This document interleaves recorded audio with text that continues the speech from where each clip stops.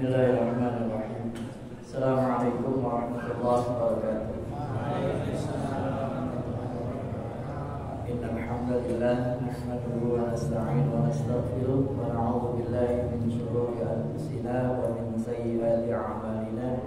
May yahdihillahu fala mudilla lahu wa may yudlil fala hadiya lahu. Asyhadu an la ilaha illallah wahdahu la syarika lahu wa asyhadu anna Muhammadan 'abduhu wa rasuluhu la nabiyya ba'dahu. Allahumma shalli wa sallim wa barik ala sayyidina Muhammadin wa ala alihi wa ashabihi wa mawala wa ba'du.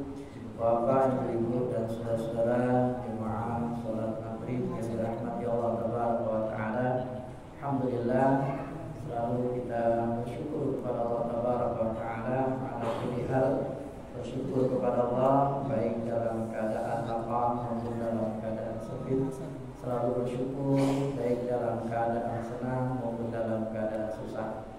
Bersyukur kepada Allah baik dalam keadaan sehat maupun dalam keadaan sakit. Wa in ta'azzana rabbukum la in syakartum la azidannakum wa la in kafartum inna 'adzabi lasyadid. Janji Allah buat hambanya yang selalu bersyukur, Allah akan tambah lagi, Allah akan tambah lagi nikmatnya. Alhamdulillah, salah satu bentuk rasa syukur kita kepada Allah tabaraka wa taala, Allah izinkan kita, Allah berikan kita kemampuan baru saja kita bisa melakukan ketaatan kepada Allah tabaraka wa taala, melaksanakan sholat maghrib berjamaah. Kita sangat berharap kepada Allah tabaraka wa taala ketaatan kita ini diistiqomahkan oleh Allah tabaraka wa taala. Salat dan salam kita haturkan kepada junjungan alam teladan umat Nabi Allah Muhammad sallallahu alaihi wa alihi wasallam. Bapak Ibu yang dirahmati Allah, saya sendiri lupa kalau malam hari ini saya pikir masih jadwalnya Ustaz Amin Karim, karena jadwalnya beliau. Karena beliau hubungi saya nggak lama setelah Idul Adha gitu ya. Jadi saya lupa kalau beliau itu minta tukeran. Jadi malam ini beliau nggak enak karena diminta oleh salah satu jemaah di daerah Kelapa Gading untuk memberikan apa ya semacam mauidhah atau apalah kedatangan pulang haji. Ustaz Amin diminta untuk agar beliau yang memberikan ya semacam mauidhah ya. Jadi minta tukeran malam ini nggak bisa, jadi malam kedua nanti, malam Jumat kedua kajian tafsir insyaallah. Dan alhamdulillah kemarin Ustaz Agus Setiawan saya konfirmasi untuk malam Jumat ketiga gimana Ustaz kajian dalam sahih insyaallah. Ya udah tadi bisa. Jadi malam Jumat kedua besok Ustaz Amin Karim, malam Jumat ketiga Ustaz Agus Setiawan. Baik Bapak Ibu yang dirahmati Allah, karena malam ini kajiannya tafsir, ya udah yuk ya saya jamanin kita tafsir. Ya, buka Quran surat 9 ayat 40. Karena sebentar lagi mau Muharram kan? Ya, sebentar lagi mau Muharram nih. Mau tahun baru Islam ya. Surat 9 surat apa? Surat At-Taubah ya, surat At-Taubah ayatnya ayat 40. Kita bahas tentang Muharram ya, tentang tahun baru Islam. Ya, kita ngebahasnya dari kejadian yang ada di Quran surat 9 surat At-Taubah ayat 40. Ini kisah tentang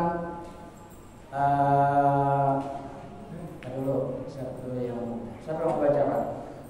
Ayo Pak baca. Siapa yang baca? Ya, coba tadi. Alhamdulillah. Ya. Baca. Ayat.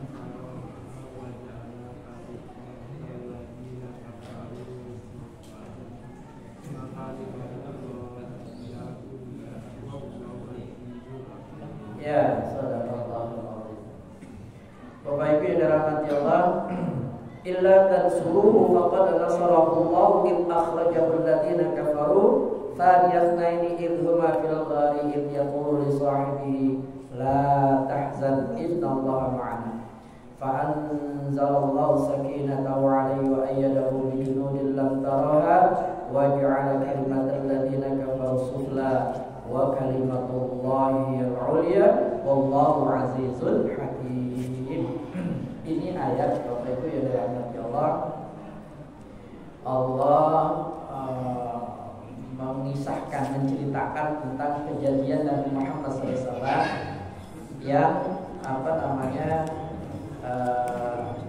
hijrah ya, dari Mekah ke Madinah. Ini hijrah ini Bapak Ibu menjadi titik tolak awal tahun baru Islam.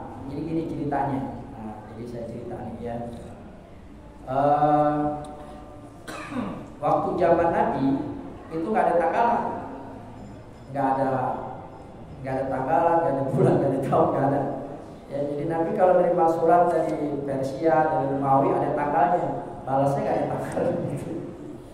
Di zaman Khalifah Abu Bakar sama, belum juga ada tanggalan, belum ada, ya belum ada tanggalan, belum ada tanggalan gitu, belum ada kalender. Nah di zaman Khalifah Umar bin Khattab baru ada tanggalan karena usulan-usulan dari para sahabat akhirnya Umar bin Khattab radhiyallahu anhu itu kumpul minta saran gimana nih tanggalan itu bulannya dari mana, kalendernya dari mana nih kita kan gitu ya. Nah usulan macam-macam tuh, ada yang pengen ngikutin kayak orang Nasrani mulai dari lahirnya Nabi macam-macam lah gitu. Tapi yang diterima usulan Sayyidina Ali bin Abi Thalib. Apa usulan Sayyidina Ali bin Abi Thalib? Kata beliau, dimana kalau tahun Islam ya. Nah, kalender Islam ini dimulai dari hijrahnya Nabi sallallahu alaihi wasallam. Nah, hijrahnya Nabi itu kapan? Kan perbedaan macam-macam. Akhirnya disepakati saat Nabi sampai di Kuba. Kan Nabi dari Mekah hijrah nggak langsung ke Yasrib, dulu Yasrib namanya Madinah. Ya, tapi mampir dulu di Kuba. Nabi tetap di sana bikin gubuk. Ya, Nabi sholat di situ, zikir di situ, yang akhirnya jadi masjid dan sekarang jadi masjid Kuba. Yang udah umroh haji pasti tahu masjid Kuba. Ya, nah itu di Bani Amr bin Auf ya. Di situ Nabi singgah dulu sebentar. Nah itu tahun 17 Hijrah. 17 tahun setelah Nabi hijrah kejadiannya. Dan itu bukan bulan Muharram, tanggal 2 Rabiul Awal. Kok bisa tanggal 2 Rabiul Awal pas di Kuba, Nabi sampai di Kuba itu dijadikan titik tolak pertama, dijadikan penanggalan Hijriah. Bisa menurut Mahmud Hasan ya, ahli Palak. Jadi nggak masalah. Jadi dimulai dari situ. Ya, dimulai dari sejak Nabi sampai di Kuba. Bapak Ibu dirahmati Allah. Nah, ini hijrah Nabi ini nggak ujuk-ujuk Bapak Ibu. Nggak. Jadi planningnya tuh rapi. Ya, planningnya rapi, strateginya luar biasa. Kan Nabi pernah ke mana? Abasa ya, terus ke beberapa tempat itu gagal semua kan gitu, yang penjajakan. Nah, yang kemungkinan besar untuk berhasil itu adalah ke Madinah, ke Yasrib. Maka kan ada tulisan siapa yang namanya itu lupa saya baca tentang perjanjian Aqabah kedua, ya. Perjanjian Aqabah kedua antara Nabi dengan orang-orang Yasrib, orang-orang Madinah. Nabi ingin meyakinkan bahwa kalau nanti hijrah ke Madinah, ini kira-kira kondusif apa enggak nih, gitu loh. Ya, untuk itu dia tadi sebelumnya mendirikan daulah Islamnya, negara Islam. Sebenarnya itu tujuan Nabi. Jadi ini Nabi ingin benar-benar nantinya itu bisa menguasai Makkah dan Madinah. Makanya penjajakannya lama tuh Pak. sampai perjanjian Aqabah kedua itu. Ya. Tetapi di Mekah sendiri memang nggak kondusif. Itu umat Islam, orang-orang Mekah yang masuk Islam itu pada saat itu udah benar-benar parah kondisinya, Pak. Kalau kita udah nggak sanggup itu tinggal di Madinah itu, di Mekah pada saat itu sebelum Nabi hijrah itu terornya luar biasa, Pak. Terornya luar biasa. Orang-orang Islam di Mekah pada saat itu sebelum hijrah itu orang-orang kafir yang menguasai ekonomi di Mekah, mereka nggak mau ngasih sembako tuh bahan pokok dijual kepada orang-orang pengikut Muhammad, nggak mau. Dibaikkan. Bahkan takut keluar, takut dibunuh. Jadi mencokam banget. Kalau PKI itu begitu. Jadi mencokam banget, Pak. Ini benar-benar. Dan itulah yang menyebabkan Nabi akhirnya minta izin sama Allah untuk meninggalkan Mekah,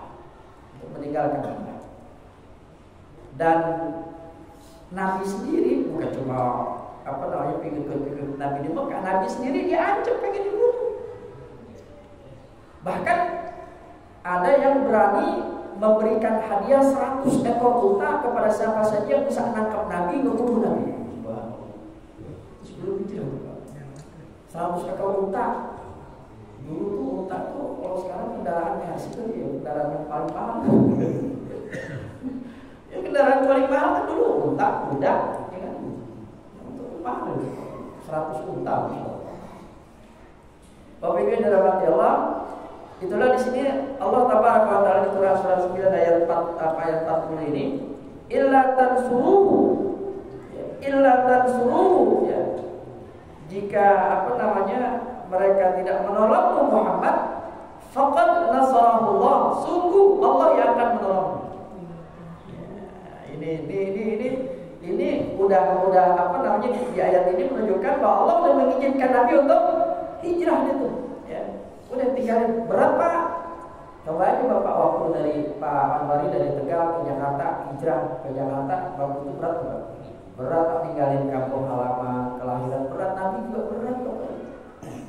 Tempat lahirnya, di situ banyak saudara, berat, Bapak. Berat sebenarnya. Tapi mau gimana lagi? Kalau diterusin dakwah Nabi di Mekah, selesai. Islam nggak sampai ke Pulau Kampung. Islam nggak sampai ke Pulau Kampung. Ya, nggak sampai ke Pulau Kampung. Nanti kita akan lihat. Ternyata melalui hijrah itulah akhirnya, ya, saya potong aja nih. Setelah 8 tahun Nabi hijrah di Madinah, memberikan strategi segala macam. Karena waktunya kan kita singkat-singkatannya aja ya. Itu 8 tahun setelah Nabi di Madinah, 8 tahun hijrah di Madinah itu, akhirnya berhasil kembali ke Mekah dalam peristiwa Fathu Mekah, pembebasan kota Mekah. Dan setelah 8 tahun hijrah itulah Nabi akhirnya bisa mengislamkan Mekah dan Madinah. Karena hijrah, Bapak. Karena hijrah. Memang Nabi mengatakan setelah peristiwa Fathu Mekah itu nggak ada lagi hijrah. Hijrah dalam arti itu dia hijrah itu seperti itu, ya, sudah seperti Nabi. Ya, bagian dalam hati Allah. Nah ini illa tansuruhu faqad nasarahullah. Ini Allah seolah ingin mengizinkan, silakan ya. In akhrajahu alladziina kafaru, ketika dia, kata Nabi, Allah menggunakan kata akhraja. Akhraja di sini dikeluarkan, diusir. Kalau bahasa terjemahannya di situ diusir. Oleh siapa? Alladziina kafaru, orang-orang kafir. Jadi seolah-olah kayak Nabi itu diusir orang-orang kafir itu. Gak boleh tinggal di Mekah, gak boleh berdakwah di Mekah, ngajak orang-orang Mekah untuk menyembah kepada Allah. Faniyafnani idhuma fil ghari. Nah ini disingkatnya ya. Dia 2 orang di antara 2 orang idhuma fil ghari di dalam gua. Nah ini kisahnya udah hijrah tuh Nabi ya. Jadi gini Bapak Ibu. Itu waktu peristiwa hijrah udah dapat izin dari Allah, yang berangkat itu bukan nabi. Yang berangkat itu orang-orang apa namanya? Ya apa namanya? Kaum muslimin suruh berangkat. Pada berangkat itu pun gak gampang Bapak itu kalau baca sejarahnya. Ini cukat-cukat itu.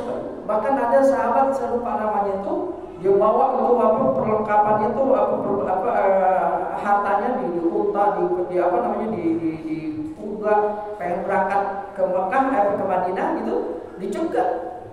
Mau mana lu? Mau ke Madinah? Gak bisa. Kalau lo mau ke Madinah, apa namanya tinggalin harta lo. Itu harta lo kan boleh dapat di Mekah. Jangan lo bawa ke Madinah, tinggalin di sini.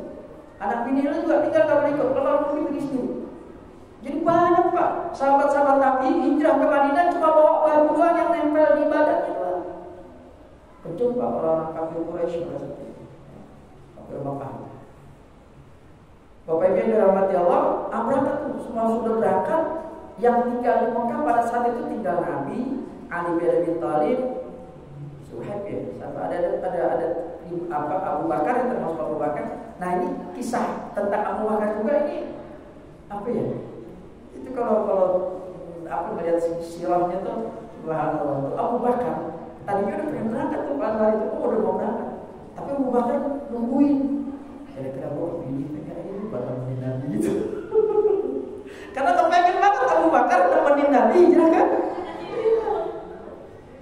Itu kan tamu-tamu lupa Abu Bakar itu ya nyiapin untuk suksesnya hijrah Nabi ke Madinah itu sampai keluarin harta 6.000 dirham. 6.000 dirham. Dirham itu mata uang emas. Satu dirhamnya itu 3,12 gram. Satu dirham 3,12 gram kali 6.000. Saya pernah hitung itu sekitar 2.800-an ya. Sekitar 2.800 gram. Kalau diemasin itu 2.800 gram emas. Itu nanti sampai nanya, apa yang kau tinggalkan buat anak istri? Apa jawab Allah? Kau tinggalkan mereka kepada Allah dan Rasul. Hartanya semuanya digelontorin. Untuk apa? Nah nanti kita ceritain. Bapak Ibu yang dirahmati Allah. Nah itu Nabi kan diancam tuh. Siapa yang bisa nangkap Nabi, bunuh Nabi, dapat 100 ekor unta. Maka rumah Nabi dikepung tuh. Dalam peristiwa itu Nabi dikepung, rumah Nabi dikepung. Kepung kita kira-kira Pak, benar-benar dikepung sampai mereka yakin kalau Nabi keluar pasti ketahuan. Ternyata karena Allah sudah mengizinkan Nabi untuk hijrah, maka Allah tahu Nabi. Makanya ini Bapak Ibu dalam hati Allah, kalau kita udah yakin dengan pertolongan Allah, kalau kita sudah ya sudah bertawakal kepada Allah, ya kita sudah benar-benar ikhtiar, kita doa, ya kita ikhtiar, kita doa, lalu kita tawakal kepada Allah, udah yakin aja, pasti Allah akan kasih jalan keluar. Ya. Jadi pasrahin aja Pak, dan itu yang dilakukan Nabi sudah diizinkan untuk hijrah, maka Nabi yakin Nabi akan ditolong, dilindungi sama Allah Taala selama hijrahnya Nabi. Benar Pak. Itu Nabi waktu pengen keluar dari rumah, Nabi keluar aja keluar. Dan orang-orang orang-orang kafir yang pengen nangkep Nabi, yang mengelilingi rumah Nabi, tidur semua, dibikin tidur oleh malaikat. Nabi keluar aja, keluar, ya, udah janjian sama Abu Bakar di luar kota Mekah pada saat itu, udah janjian, ya. Nah pada saat mereka sadar orang kafir masuk ke dalam, langsung mereka nyadar situ, jangan-jangan Nabi keluar ini, Muhammad udah keluar, maka masuk. Duduk dong rumah Nabi, pintunya masuk ke dalam, di kamar Nabi ternyata di tempat tidur Nabi yang tidur Ali bin Abi Thalib. Kaget mereka, mana Muhammad kan itu, dan mereka nggak berani nyakitin Ali. Kenapa? Ya nggak berani nyakitin Ali bin Abi Thalib karena Ali bin Abi Thalib ini adalah walaupun dia adalah keponakan Nabi Sallallahu Alaihi Wasallam, tapi Ali bin Abi Thalib adalah anak dari Abu. Bapak Ibu dalam hati Allah kejar. Dan nanti ternyata udah ketemu sama Abu Bakar di pinggiran kota Mekah itu, langsung Nabi Sallallahu Alaihi Wasallam naik ke Bukit Sur namanya. Bukit Sur. Nah, siapa di sini yang udah ke Bukit Sur, Pak? Enggak ke Bukit Sur. Ada yang pernah ke Bukit Sur? Saya dari luarnya doang tuh, nggak kelihatan sampai ke dalamnya. Tapi saya dengar cerita dari teman itu gua sempit banget Pak. Melihat bukitnya tuh terjal banget itu, ya bukit tuh terjal banget, tinggi gitu kan. Dan modelnya dia naik terus turun gitu, ya. Ada gua kecil, muat buat 2 orang doang. Di sini maka dikatakan tsaniyatna ini idhuma fil ghari. Ketika di dalam gua, Nabi salah satu di antara 2 orang itu kata Allah. Siapa? Nabi dan Abu Bakar sini. Masuk dalam gua itu. Nabi kagak mau langsung jalan ke Madinah. Karena memang bakal dikejar-kejar kan, ngumpet dulu di gua itu. Strateginya luar biasa. Strategi Nabi sallallahu alaihi wasallam. Ngumpet di gua itu. Ngumpet di gua itu pun dikejar oleh orang kafir. Apa namanya ya? Sofyan. Aduh, lupa saya namanya. Yang mimpin pengejaran Nabi untuk nangkap Nabi itu, orang kafir itu sempat sampai di gua, di depan gua, di gua nih, Nabi sama Abu Bakar itu di gua itu orang-orang kafir udah di situ tuh, di depan Pak, dan mereka bilang katanya apa? Ini Muhammad nggak ada di sini. Kenapa? Karena dilihat di depan pintu gua itu banyak sarang burung, banyak sarang laba-laba, itu rapat. Padahal Nabi sama Abu Bakar masuk kagak ada sarang burung, gak ada sarang laba-laba. Kapan itu sarang burung? Siapa yang nyuruh burung laba-laba bikin sarang pada saat itu? Kalau bukan Allah Taala. Sampai mereka orang-orang kafir bilang nggak ada Muhammad. Padahal Abu Bakar nangis dulu pas itu. Ya. Itu diceritakan di situ. Ya, iya, itu itu sampai Nabi berkata, yaqulu dia Nabi sallallahu alaihi wasallam berkata li sahibi kepada sahabat yang Abu Bakar Siddiq di dalam gua itu, la tahzan, innallaha ma'ana. Jangan sedih, jangan nangis. Innallaha ma'ana, Allah bersama dengan kita. Subhanallah. Itu Abu Bakar langsung diam, Pak. Karena Nabi yang ngomong kan, jangan nangis, jangan sedih. Itu tangisan Abu Bakar itu hampir terdengar oleh orang kafir yang berdua itu. Kalau sampai ketahuan kan apa tuh? Kenapa Abu Bakar nangis? Takut ditangkap, takut terbunuh? Enggak Pak. Yang dipikirin dalam pikiran Abu Bakar Siddiq radhiyallahu anhu adalah gimana kalau sampai Nabi ketangkap, terbunuh, bagaimana nasib umat Islam pada saat itu? Itu yang ada dalam pikiran Abu Bakar Siddiq radhiyallahu anhu. Ya, dan akhirnya orang kafir pun karena udah nggak mungkin ada orang di sini, nggak mungkin Muhammad ini, ya. Nah, kalau ada orang kan berarti rusak kan, maksudnya kan rusak kan gitu kan, rapet gitu, sarang laba-laba sarang gitu, ya. Sehingga akhirnya mereka terus apakah Rasulullah dan Abu Bakar dalam waktu itu setelah orang kafir pergi dia turun dari waktu? Enggak Pak, 3 malam. 3 malam di dalam waktu. Dan luar biasa, makanya saya bilang tadi di awal itu, ini hijrah ini Nabi ke Madinah ini bukan ujung-ujung Pak, ada strateginya. Strateginya benar-benar luar biasa. Abu Bakar Siddiq kan sampai ngeluarin duitnya semuanya itu sampai 6.000 dirham. Untuk apa? Untuk persiapan hijrah Nabi. Ya. Itu sampai juga Abu Bakar nyiapin putra dan putranya yaitu Abdullah, ya, dan putrinya siapa namanya? Asma binti Abu Bakar. Itu Abdullah itu diperintahkan, dimintai tolong oleh Abu Bakar Siddiq untuk jadi spionase, jadi mata-mata. Jadi setiap malam tidur di orang-orang sekitar orang-orang Quraisy, orang-orang kafir itu, ya, tidur nyari tahu, bukti gimana rencana mereka untuk menggagalkan hijrah Nabi ke Madinah. Nah, terus setiap subuh itu Abdullah itu ke Kuafur, laporan kepada ayahnya dan kepada Nabi Sallallahu Alaihi Wasallam tentang kondisi di Mekah. Pak, dari Mekah ke Kuafur itu berapa jaraknya? Saya lupa, sekitar 5 km ya. Jauh Pak, jalan Pak. Dan ada jejak kakinya kan? Kalau jalan kan ada di padang pasir. Gimana supaya nggak ketahuan? Laki-laki luar biasa Abu Bakar Siddiq. Beliau menyuruh pembantunya Amir bin Fuhairah. Bisa jadi hafal. Tadi saya ngomong apa hal? Mau disiapkan dari sini supaya kalau Arab bahas ini saya sedikit ya lumayan ya. Amir bin Fuhairah, pembantunya Abu Bakar Siddiq radhiyallahu anhu ini diperintahkan oleh Abu Bakar untuk mengembalakan kambing, ya, agar supaya jejaknya Abdullah dari Mekah ke Gua Thur itu nggak kelihatan sama-sama dengan jejaknya kaki kambing. Sampai segitu cuma. Subhanallah. Bapak Ibu dalam hati Allah. Lalu siapa yang ngirimin makanan logistik kepada Nabi selama 3 hari itu 3 malam itu di dalam Gua Thur? Abu Bakar Siddiq lagi-lagi menyiapkan putrinya Asma binti Abi Bakar untuk naik ke Gua Thur itu ngirimin makanan kepada ayahandanya dan Nabi sallallahu alaihi wasallam. Pak, itu kalau dibaca dalam sirah, Asma binti Abi Bakar itu pada saat itu hamil tua. Kebayang nggak Pak? Ini yang ibu lagi hamil tua naik pesawat, nanti kalau lihat Gua Thur serem Pak. Itu Masya Allah. Saya waktu melihat Gua Thur bayangin Asma binti Abi Bakar, ya Allah. Itu kalau bukan karena Allah yang memberikan kekuatan kepada Asma, nggak mungkin Pak perempuan dalam keadaan hamil tua naik ke bukit Gua Thur itu. Nggak mungkin. Allah.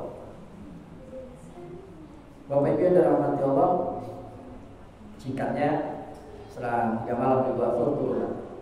Lagi-lagi pada saat sampai turun di kaki bukit itu, Abu Bakar udah nyiapin namanya Abdullah bin Uraiqid.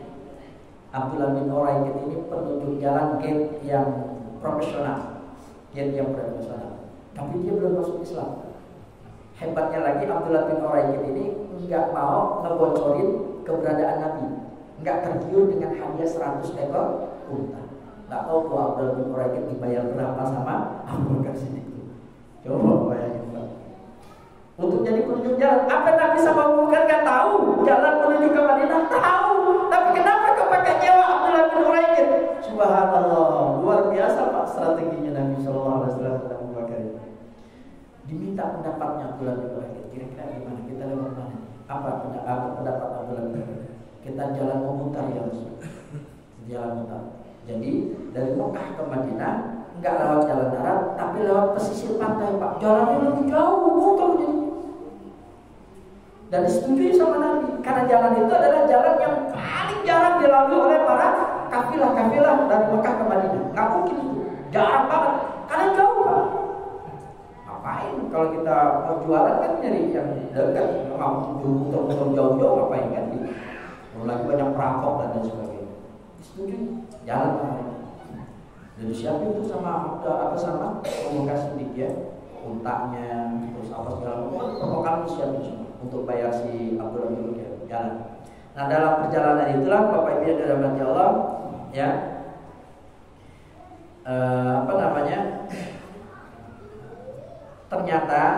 ternyata ada juga yang tahu ya, namanya Suraqah bin Sa'ad belakangnya Al-Madni. Pokoknya Suraqah ini melihat tuh ada 3 orang kan gitu. Yakin tuh ini jangan-jangan Muhammad kan gitu. Jangan-jangan Muhammad dikejar tuh. Seorang kuda Suraqah kejar. Abu Bakar Siddiq tahu dan Nabi Muhammad juga tahu, tapi Nabi santainya jalan aja, Nabi jalan, santai jalan. Dan Abu Bakar tantang nengok. Kenapa? Karena takut kalau sampai Nabi ketangkep kan. Akhirnya dengan pertolongan Allah, kuda Suraqah itu kakinya itu masuk ke dalam pasir pantai itu, masuk jatuh sampai yang ketiga kalinya mentang sampai ke hadapan dalam sejarah itu dikatakan itu kaki kudanya Suraqah itu masuk gitu terus ngeluarin pasir ya. Dan pada saat itu Rasulullah minta ampun kepada Nabi Sallallahu Alaihi Wasallam, minta agar dimaafkan, minta agar dibebaskan gitu, jangan dibunuh. Dan ya akhirnya Nabi bebaskan Rasulullah. Yang tadinya pengen membunuh malah minta ampun kepada Nabi gitu. Nah, udah akhirnya Nabi jalan. Nah itulah kisahnya sampai ke Kuba. Nabi berdiri dulu di Kuba di suku Amr bin Aus di situ. Nah itu Nabi mendirikan gubuk yang sekarang jadi masjid namanya Masjid Kuba. Dari situ baru Nabi masuk ke Madinah. Dan pada saat pengen masuk ke Madinah itu penduduk Madinah udah nungguin, udah terkenal kan itu namanya. Ola'al badal kedatangan hijrah Nabi SAW di Madinah. Nah, ini yang luar biasa Bapak Ibu. Ini masih tentang ayat ini ya, masih tentang ayat di surat 9 ayat 40. Nah itu Nabi sesampainya di Madinah, yang dilakukan oleh Nabi SAW adalah yang pertama Nabi lakukan adalah mempersaudarakan Muhajirin dan Ansor. Itu yang dilakukan Nabi.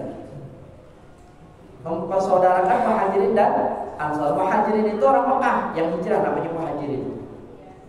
Ansor itu penolong, disebut namanya penolong. Nah, dia adalah orang-orang Madinah.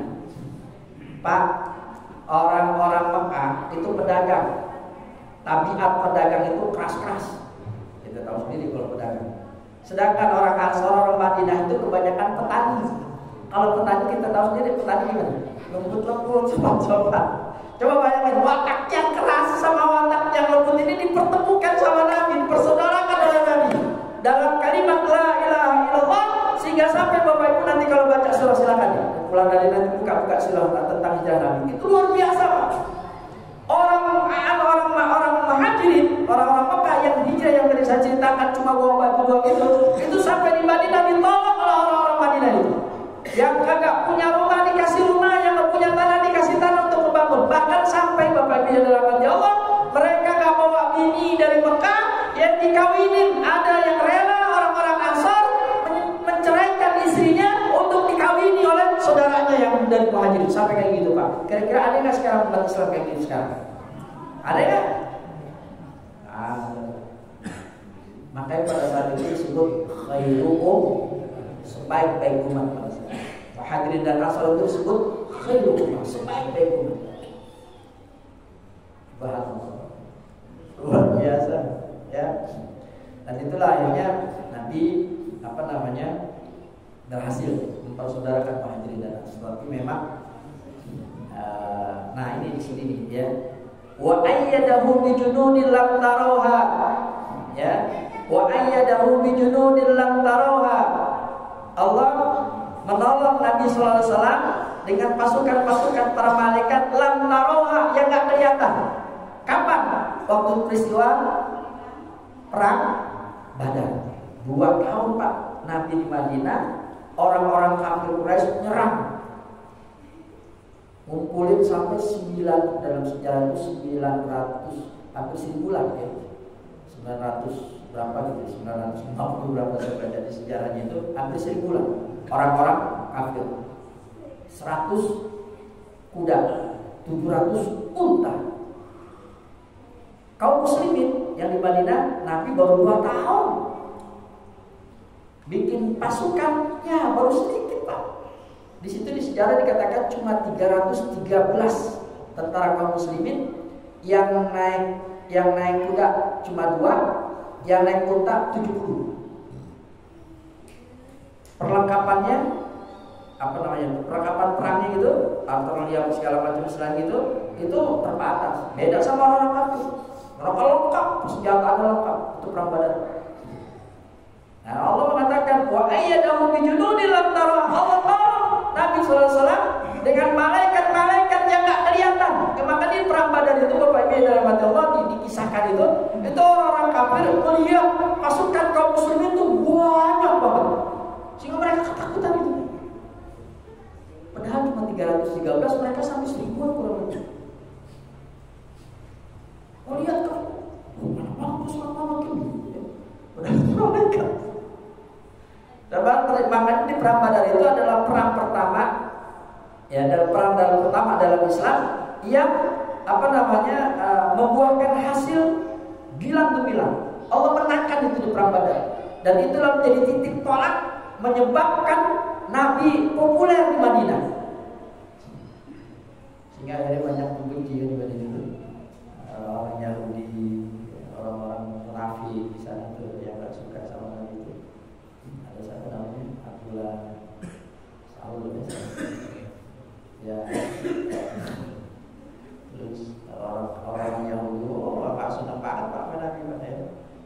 Yang namanya dengan mudah Bapak Ibu Nabi mendirikan daulah Islam di Madinah, banyak tentara. Tetapi karena populernya Nabi di perang Badar itulah sehingga Nabi dengan pertolongan Allah ya lancar-lancar aja ya. Sehingga banyak yang masuk Islam di Madinah, terus semakin banyak yang mendukung Nabi yang masuk dalam Islam, dan semakin kuat Islam di Madinah. Terus berjalan sampai 8 tahun Nabi di Madinah, ya akhirnya Nabi pulang kampung ke Mekah dalam peristiwa Fathul Mekah, pembukaan kota Mekah. Itu pada saat peristiwa Fathul Mekah, dan silakan dibaca di sirah, itu orang-orang kafir di Mekah satu pun gak ada yang berani keluar. Satu pun gak ada yang berani keluar. Gak ada yang berani keluar, Pak. Gak ada yang berani keluar. Karena kaum muslimin pada saat itu udah sangat kuat sekali, tentara segala macam berkuat. Orang kafir Mekah itu yang sombong luar biasa, termasuk Abu Lahab meninggal ya. Di perang Badar itu Pak, Abu Lahab itu nyumbang sampai 100 ekor unta. Pada saat dengar di perang Badar kaum orang-orang kafir kacir kalah, itu melongso itu Abu Lahab. Siapa Abu Lahab? Paman Nabi, bencinya luar biasa sama dakwah Nabi. Jadi kalau ada ustaz, kiai, keluarganya nggak seneng ya dengan dakwahnya, ya nggak usah repot. Dulu zaman Nabi nggak ada. Yang benci sama dakwah Nabi, yang benci sama Islam, yang benci sama dakwah, atau Abu Lahab. Bapak Ibu yang dalam hati Allah. Nah itu pada saat Mekah tidak ada orang-orang, termasuk Abu Sufyan, dedengkotnya orang-orang Quraisy, para saudara kafir Quraisy, itu pun diem aja di rumah. Karena Nabi bilang gini, siapa yang diem di rumahnya aman, siapa yang masuk Ka'bah aman, gitu aja, nggak akan dibunuh segala macam, nggak. Dan akhirnya pun ya udah, akhirnya Bilal suruh naik ke atas Ka'bah, azan. Itulah peristiwa Fathul Mekah yang akhirnya penduduk Mekah yang tadinya kafir dengan senang hati atau dengan terpaksa masuk Islam. Masuk Islam. Dan itulah peristiwa itu menyebabkan Mekah, Madinah Muslim semua, Islam semua. Berhasil Nabi SAW dengan hijrah. Makanya kalau masuk ke haram, ya ingat tentang hijrahnya Nabi. Itu titik tolak keberhasilan dakwah Nabi SAW. Tapi strateginya luar biasa Pak. Strateginya sangat luar biasa. Kalau bukan karena strategi hijrah Nabi SAW, ya nggak berhasil. Dan tentunya juga karena pertolongan Allah Taala. Wa ja'ala kalimatal ladzina kafaru sufla, dan Allah jadikan seruan orang-orang kafir itu sufla, hina. Wa kalimatullahi hiyal ulya, dan kalimat Allah, firman Allah, seruan Allah itu hiyal ulya, dia yang paling tinggi. Wallahu azizun hakim. Bapak Ibu yang dalam hati Allah, pas udah pengen komat ya. Baik Bapak Ibu yang dalam hati Allah, jadi kurang lebih itulah ya singkat-singkat kisah yang Allah terangkan di Quran surat 9 ayat 40 itu tentang hijrah Nabi SAW. Mudah-mudahan kita bisa mengambil doanya. Baik, mudah-mudahan bermanfaat. Kita sama-sama tutup dengan kafaratul majelis. Subhanallah wa bihamdika, asyhadu an la ilaha illa anta, astaghfiruka wa atubu ilaik. Kurang yang maaf, dan Allah wa iyyakum ajma'in. Assalamualaikum warahmatullahi wabarakatuh.